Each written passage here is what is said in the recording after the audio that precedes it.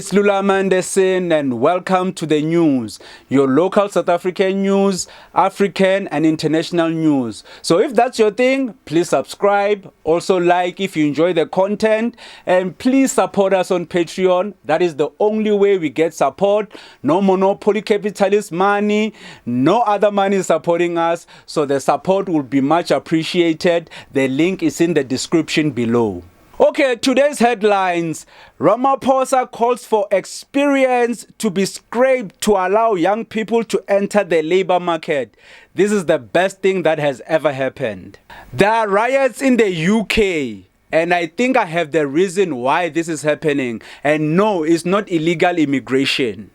Convicted Kwaito star Brickz is actually attaining his qualifications. This is actually a good thing. The South African National Defence Force is having a lot of money and a big budget, but there are still bases that are lacking in electricity, while their big generals are still getting fat pockets and big money. Eyewitness News says, and I quote, "The president called for the public service to be professionalized and prioritize qualified young people. According to Ramaphosa, the basic income grant for unemployed youth should dominate the discussions of the ANC's NEC Lekgotla in the next 3 days. He said the youth should be given the opportunity to serve their country and participate in the growth of the country's economy." Quoting from Ramaphosa, "We cannot continue to have so many South Africans unemployed. Much work has been done in creating conditions for greater investment in infrastructure, improving mechanisms for planning, financing, and implementation. Over the past 5 years, a lot of work has been done," said Ramaphosa. This thing of companies wanting work experience while you are a fresh graduate never made sense to me. I mean, no work experience. You've never worked in that field. You might be an accountant, economist, or you've done some psychology or any qualification, and they tell you they want experience. Fresh from university or college. How is that even possible? It doesn't even make sense. So, okay, what must you do? Must you work at retail? Must you work at call center to get experience? Because that's what most people are doing. You find a person, they go to a company doing a job that's not related to their qualification, and then when they get to the company, they never tell the company that they have a certain degree or qualification. Then later on in that same company, maybe it's retail, maybe it's call center, they will apply from the inside. Do you know how crazy that thing is? Maybe you are a cleaner, but you have a degree. You have to circumvent and go through loopholes to actually get a job. So what Ramaphosa is doing is actually a benefit to every fresh graduate that's out there in South Africa. Our second story, it's not something that you'd actually expect. There's looting and unrest in the UK. Imagine that. There's no Zuma, there's no EFF, there's no South African political party, but people are looting. And it's quite funny because these people who are looting, they have been looting all over the world for the past 100 years. Now they are looting in their own backyards.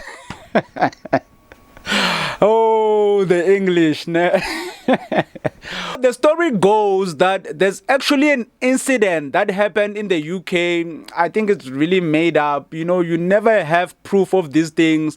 They'll tell you that these people did some things to some kids, whatever, and that's why there's so much unrest. They're breaking every shop in the UK. If you have a shop that's owned by an immigrant, they are breaking in. If they meet you and you're an African, you are walking around, the British people will do something to you. So if you're an African, you are in Europe, you should be hiding right now. Don't go to the streets, don't do anything.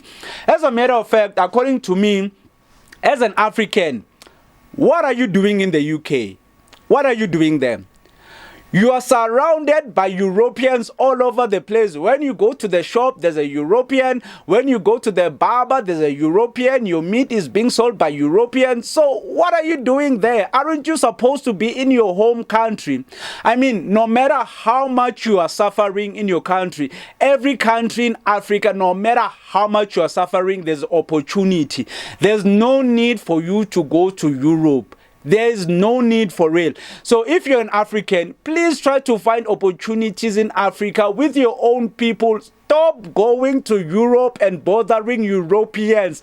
I am tired of people going to Europe, something happens to them, and then they complain. Why are you complaining? Why you are going to the same people that did so many things to your people? This doesn't make sense. So overall, people, Africans specifically, stay away from Europe. Stay home, please. You might think that the reason all of this is happening is because of illegal and legal immigration, because that's what most people say. I'm of the mind that it's much deeper than that. Let's think about it. Let's talk about the alliance in the Sahel. Let's talk about many African countries, Latin American countries that are actually getting real independence. We are talking about countries that are in Africa, Niger to be specific.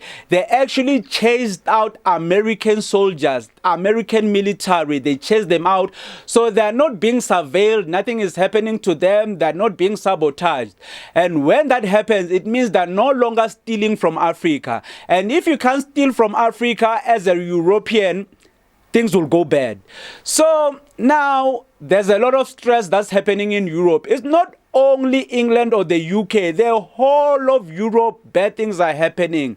Besides immigration, let's talk about the birth rates. The birth rates in Europe are very low.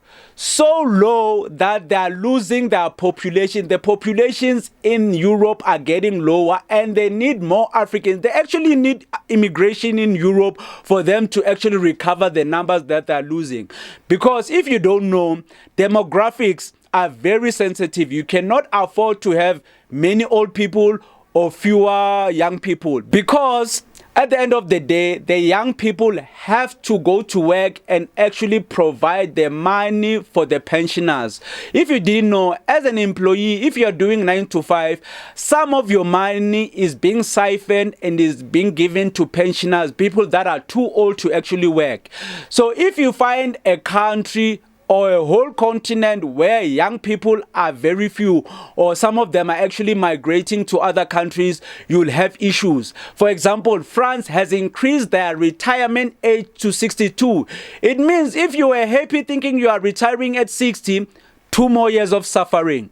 So now a lot of things are happening in Europe. The birth rate, also in Japan, I would say is a westernized philosophy or westernized problem, because even in Japan, the same thing is happening. Japan is worse because they have minus birth rates. It means 2 people, a couple, they'll probably have 1 kid or no kid at all, which means already they didn't replace the population. Now they are going to have problems because people who are retired won't have the money to actually retire. You can't even retire at the end of the day. So they have to replenish and replace their population. And guess what? They need Africans to go there again. What is happening here? So Africans, they discriminate us for centuries and centuries. Now they're back again. They need our help. Okay, if you're an African, you're in Japan, you're doing this program of actually having babies over there, stop what you're doing.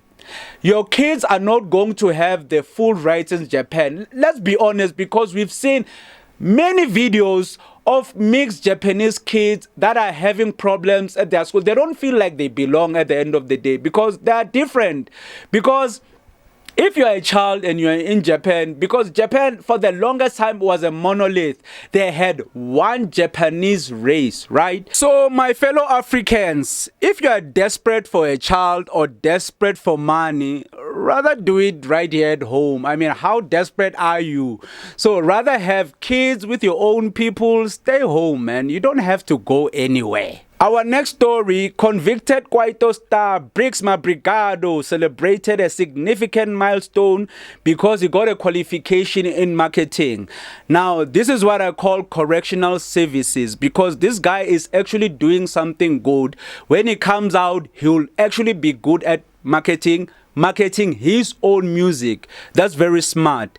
I will forever have a soft spot for Brickz, because Brickz actually came to my high school when I was growing up. I was doing grade 9 and he was not even famous at that time. I heard his song for the first time and it drove me crazy. I was like, who's this guy? It was the first time we had such brilliant Kwaito music ever since, when he started with Abom Do and Obo Brown Dash and all those guys. So Brickz brought some fresh light into Kwaito and he was doing the most. He was the king of Kwaito at that time.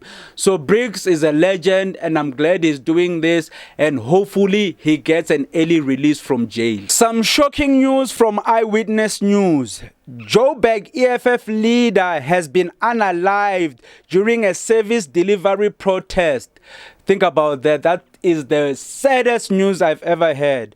So it's understood that Moshe Mphahlele was unalived in a crossfire as police were dispersing a crowd which had been protesting over the occupation of some flats. So this guy has been unalived and he was busy being an activist. And being an activist is very risky. Being an activist is as risky as being a journalist. Right now I'm reporting the news. I'm at my place, right? But there are journalists who actually go out there, especially if you are reporting maybe a war. You don't think that you are safe if you're a journalist and you are reporting a war. Watch the movie Civil War, right? In that movie, Civil War, they focus on journalism, the dangers of being a journalist in the forefront. You are not actually safe. You'll be wearing a bulletproof. So you actually have to protect yourself. So even being an activist, especially EFF, when you're an EFF activist, protect yourself. Don't go around and doing all this protest, because police right now are really ruthless. They'll do anything to stop a protest. So rest in peace to Moshe. I hope next time, EFF gets protected, they protect their protesters. Nothing like this ever happens again. And our last story, the South African National Defence Force generals live it up in luxury homes while decrepit bases can't keep the lights on. Okay, this surprises no one. No one is surprised by this, because we all know that when money comes in, when a budget comes in, the money trickles down. So it will start at the top and then it will come through to the people, maybe to the bases. They'll fix a couple of things. They're not really going to make sure that the bases are spotless and they're doing very well. They'll line up their pockets just like any other person.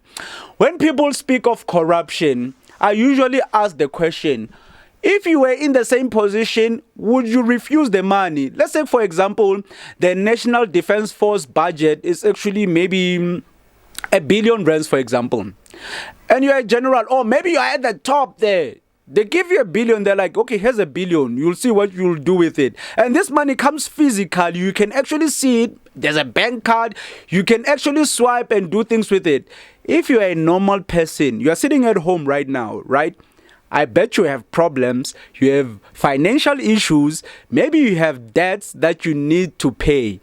Are you telling me you're not going to take a meal out of that 1 billion? You're not going to take 1 million? You're not going to be corrupt in any way? Come on, man. Let's be realistic. Okay, realistic means that when you are in the military base and you're a general, you need to make sure that you're not scrutinized, that you are corrupt.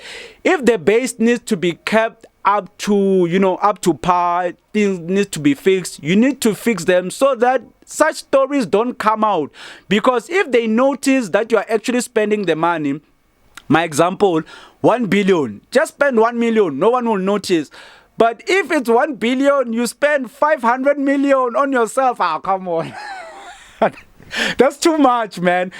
Do something with the money. Don't let it be too noticeable. We all know that everyone is corrupt. And don't tell me right there at home that you are not corrupt. You do the right thing. You spend the money on the right things. Because right now, if we were to give $1 million to most people, don't blow it. Don't go to Durban. Don't go to luxurious places, holidays, vacations, and all of that. So as normal human beings sitting at home, let's not judge these people too much. Let's kind of understand where they are coming from. They are normal at the end of the day. They're not superhumans. So they'll eat the money. So yeah, that's the news for you today. If you enjoyed the episode, please like, subscribe. Also share this with your friends if they like this kind of content. I think everyone should watch the news basically. So share with everyone so they can be informed. Also support us on Patreon. It's Lulama Anderson. I'll link it below. Also follow me on socials at Lulama Anderson, TikTok, Facebook, Instagram, wherever. I'm everywhere. You can even Google me. You will find me. Anyways, yes, Lulama Anderson. For now, sharp sharp.